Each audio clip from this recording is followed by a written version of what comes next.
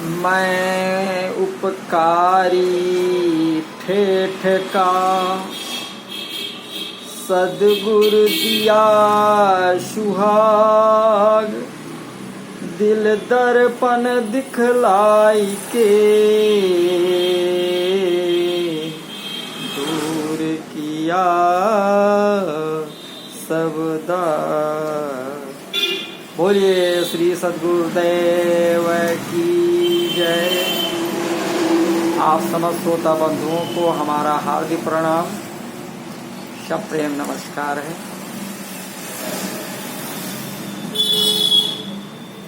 श्रीमद् भगवत गीता के अनुसार आत्मज्ञान की चर्चा चल रही है, जिसका ये 33 एपिसोड है। 33 एपिसोड में अध्याय 3 का 19वां श्लोक पर चर्चा होगी। 32वें एपिसोड में भी इसी पर चर्चा चल रही थी, जिसकी व्याख्या रह गई थी। तो जहाँ से खत्म हुआ था उसी के आगे से व्याख्या शुरू करेंगे। श्लोक इस प्रकार है। तस्मात् असक्तः सततं कार्यं कर्म समाचर, असक्ता ही आचरण कर्म परम आपनोति पुरुषः। अर्थात कर्म फल में आसक्त हुए बिना मनुष्य को अपना कर्तव्य समझकर निरंतर कर्म करते रहना चाहिए, क्योंकि अनासक्त होकर कर्म करने से उसे परम ब्रह्म की प्राप्ति होती है। इसी पर व्याख्या चल रही थी। तो हम चल रहे थे कि कार्यम जो दिया गया है अर्थात कर्तव्य, तो कर्तव्य उसे कहते हैं जिसको कर सकते हैं और जिसको अवश्य करना चाहिए। दूसरे शब्दों में कर्तव्य का अर्थ होता है कि अपने स्वार्थ का त्याग करके दूसरों का हित करना, अर्थात दूसरों की उस शास्त्र विहित न्याय युक्त मार्ग को पूरा करना, जिसे पूरा करने की सामर्थ्य हमारे में है। तो इस प्रकार कर्तव्य का संबंध परहित से है। कर्तव्य का पालन करने में सब स्वतंत्र और समर्थ हैं, कोई पराधीन और असमर्थ नहीं है। हाँ, प्रमाद और आलस के कारण अकर्तव्य करने का बुरा अभ्यास यानी आदत हो जाने से तथा फल की इच्छा रहने से ही वर्तमान में कर्तव्य पालन कठिन मालूम देता है। अन्यथा कर्तव्य पालन के समान सुगम कुछ नहीं। कर्तव्य का संबंध परिस्थिति के अनुसार होता है। मनुष्य प्रत्येक परिस्थिति में स्वतंत्रता पूर्वक कर्तव्य का पालन कर सकता है। कर्तव्य का पालन करने से ही आसक्ति मिटती है। अकर्तव्य करने तथा कर्तव्य न करने से आसक्ति और बढ़ती है। तो कर्तव्य अर्थात दूसरों के हितार्थ कर्म करने से वर्तमान की आसक्ति और कुछ ना चाहने से भविष्य की आसक्ति मिट जाती है। अब समाचार यानी पद का तात्पर्य है कि कर्तव्य कर्म बहुत सावधानी, उत्साह तथा तत्परता से विधि पूर्वक करने चाहिए। कर्तव्य कर्म करने से थोड़ी भी असावधानी होने पर कर्म योग की सिद्धि में बाधा लग सकती है। वर्ण, आश्रम, प्रकृति यानी स्वभाव और परिस्थिति के अनुसार जिस मनुष्य के लिए जो शास्त्र विहित कर्तव्य कर्म बताया गया है, अवसर प्राप्त होने पर उसके लिए वही सहज कर्म है। सहज कर्म में यदि कोई दोष दिखाई दे तो भी उसका त्याग नहीं करना चाहिए, क्योंकि सहज कर्म को करता हुआ मनुष्य पाप को प्राप्त नहीं होता। इसीलिए यहाँ श्री कृष्ण जी ने अर्जुन को मानो ये कह रहे हैं कि तू क्षत्रिय है, अतः युद्ध करना घोर दिखने पर भी तेरा सहज कर्म है, घोर कर्म नहीं। अतः सामने आए हुए सहज कर्म को अनासक्त होकर कर देना चाहिए। अनासक्त होने पर ही समता प्राप्त होती है। अब खास बात यह है कि जब जीव मनुष्य योनि में जन्म लेता है तब उसको शरीर, धन, जमीन, मकान आदि सब सामग्री मिलती है, और जब वो यहाँ से जाता है तब सब सामग्री यहीं छूट जाती है। तो इस सीधी सादी बात से ये सहज भी सिद्ध होता है कि शरीर आदि सब सामग्री मिली हुई है, अपनी नहीं है। जैसे मनुष्य काम करने के लिए किसी कार्यालय या ऑफिस में जाता है तो उसे कुर्सी, मेज, कागज आदि सब सामग्री कार्यालय का काम करने के लिए ही मिलती है, अपनी मानकर घर ले जाने के लिए नहीं। तो ऐसे ही मनुष्य को संसार में शरीर आदि सब सामग्री संसार का काम सेवा करने के लिए ही मिली है, अपनी मानने के लिए नहीं। मनुष्य तत्परता और उत्साह पूर्वक कार्यालय का काम करता है तो उस काम के बदले उसे वेतन मिलता है। काम कार्यालय के लिए होता है और वेतन अपने लिए। तो इसी प्रकार संसार के लिए ही सब काम करने से संसार से संबंध विच्छेद हो जाता है और योग यानी परमात्मा के साथ अपने नित्य संबंध का अनुभव हो जाता है। तो यही वेतन है। तो कर्म और योग दोनों मिलकर कर्म योग कहलाता है। तो कर्म संसार के लिए होता है और योग यानी कार्यालय में जो वर्क किया उसका वेतन वो अपने लिए। तो ये योग ही मानो वेतन है। तो संसार साधन का क्षेत्र है। यहाँ प्रत्येक सामग्री साधन के लिए मिलती है, भोग और संग्रह के लिए कदापि नहीं। तो सांसारिक सामग्री अपनी और अपने लिए है ही नहीं। अपनी वस्तु परमात्म तत्व मिलने पर फिर अन्य किसी वस्तु को पाने की इच्छा नहीं रहती। परम सांसारिक वस्तुएं चाहे जितनी प्राप्त हो जाएं, पर उन्हें पाने की इच्छा कभी मिटती नहीं, प्रत्युत और बढ़ती है। तो जब मनुष्य मिली हुई वस्तु को अपनी और अपने लिए मान लेता है तब वो अपनी इस भूल के कारण बंध जाता है। तो इस भूल को मिटाने के लिए कर्म योग का अनुष्ठान ही सुगम और श्रेष्ठ उपाय है। कर्मयोगी किसी भी वस्तु को अपनी और अपने लिए न मानते हुए उसे दूसरों की सेवा में उन्हीं की मानकर लगाता है। अतः वो सुगमता पूर्वक संसार बंधन से मुक्त हो जाता है। कर्म तो सभी प्राणी किया करते हैं, पर साधारण प्राणी और कर्मयोगी द्वारा किए गए कर्मों में बड़ा भारी अंतर होता है। साधारण मनुष्य कर्मी आसक्ति, ममता, कामना आदि को साथ रखते हुए कर्म करता है और कर्मयोगी आसक्ति, ममता, कामना आदि को छोड़कर कर्म करता है। तो कर्मी के कर्मों का प्रवाह अपनी तरफ होता है और कर्मयोगी के कर्मों का प्रवाह संसार की तरफ है। इसलिए कर्मी बंधता है और कर्मयोगी मुक्त होता है। कितने सिंपल भाषा में इसकी व्याख्या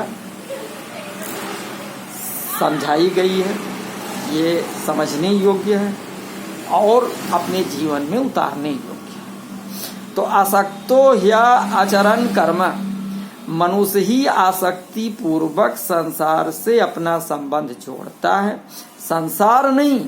अतः मनुष्य का कर्तव्य है कि वो संसार के हित के लिए ही सब कर्म करे और बदले में उनका कोई फल ना चाहे।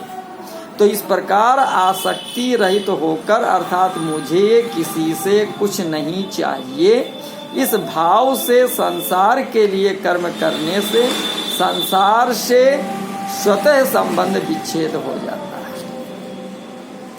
कर्मयोगी संसार की सेवा करने से, वर्तमान की वस्तुओं से और कुछ न चाहने से भविष्य की वस्तुओं से संबंध विच्छेद करता है।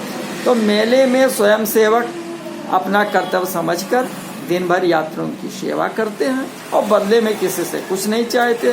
अतः रात्रि में सोते समय उन्हें किसी की याद नहीं आती, कारण कि सेवा करते समय उन्होंने किसी से कुछ नहीं चाहा।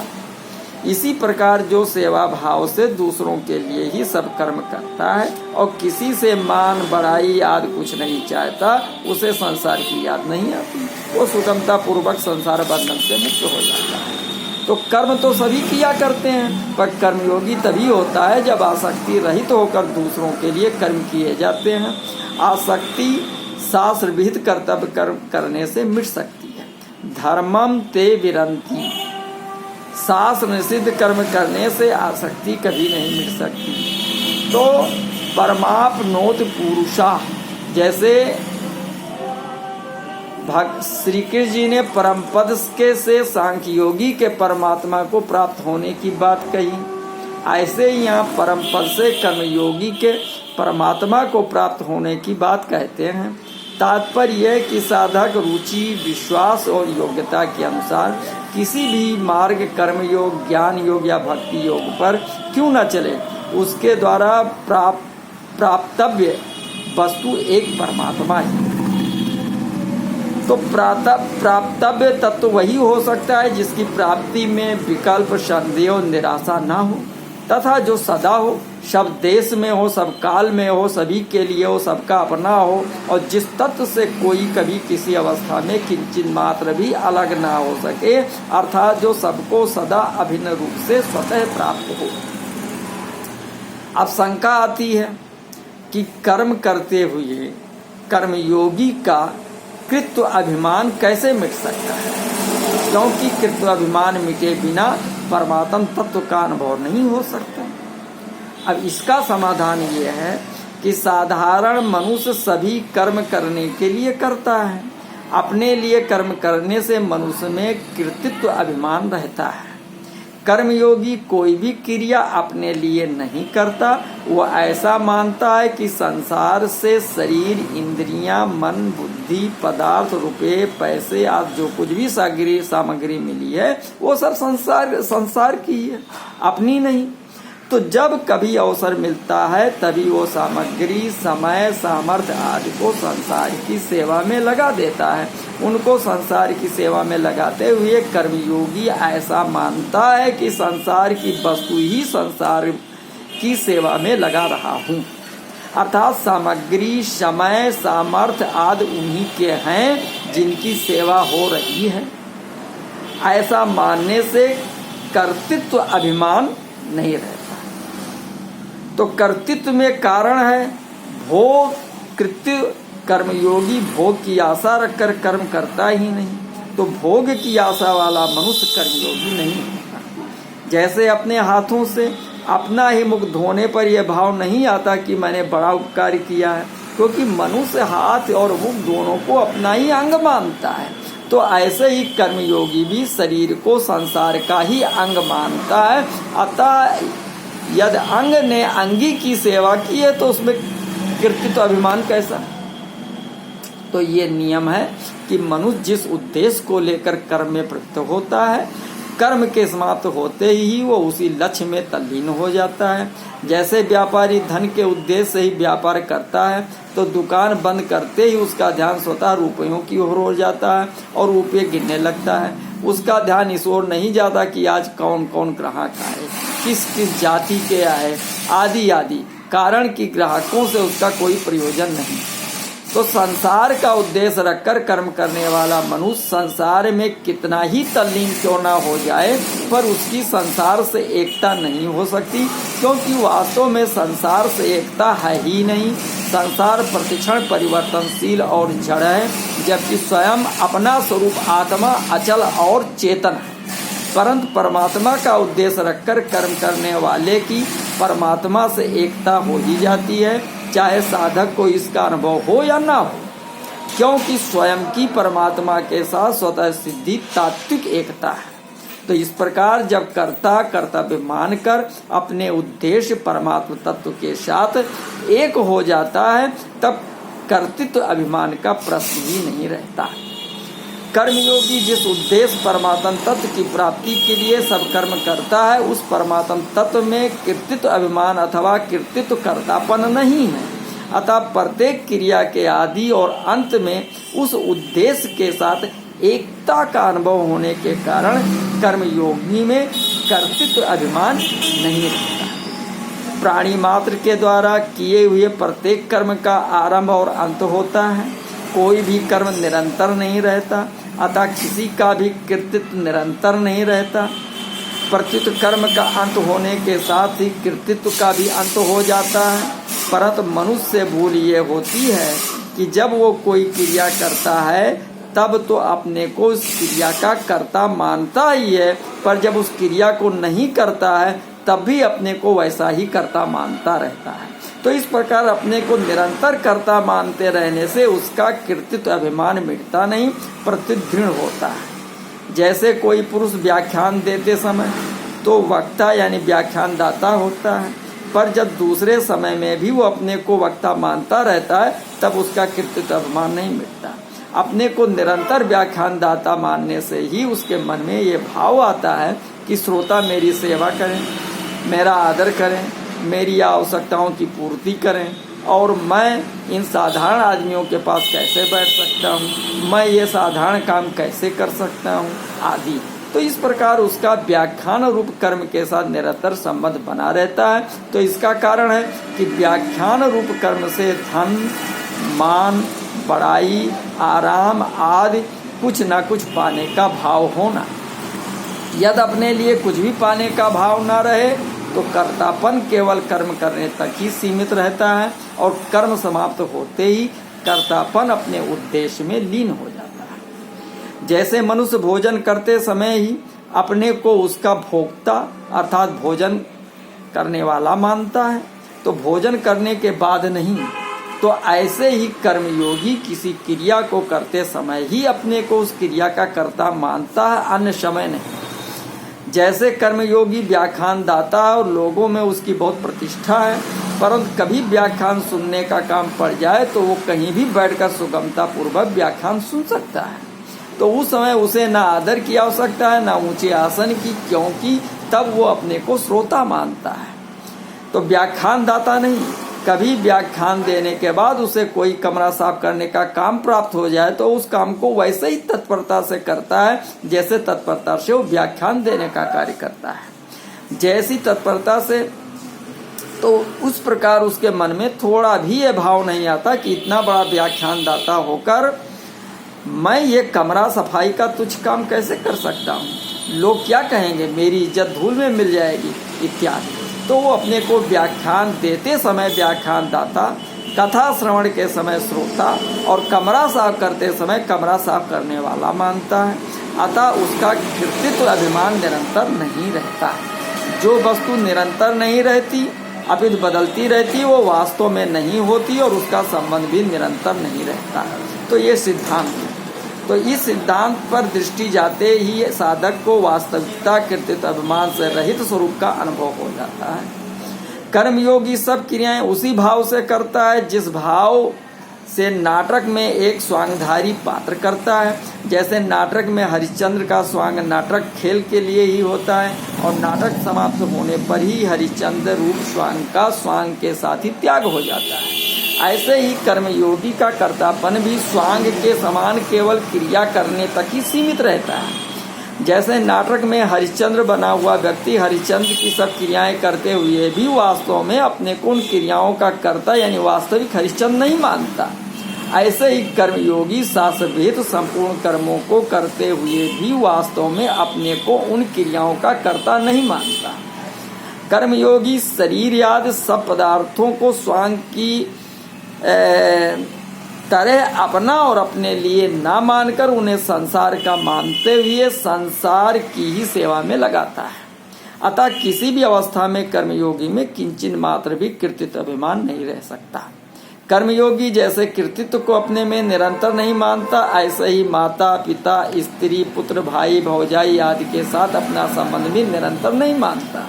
केवल सेवा करते समय ही उनके साथ अपना संबंध सेवा करते समय करने के लिए ही मानता है।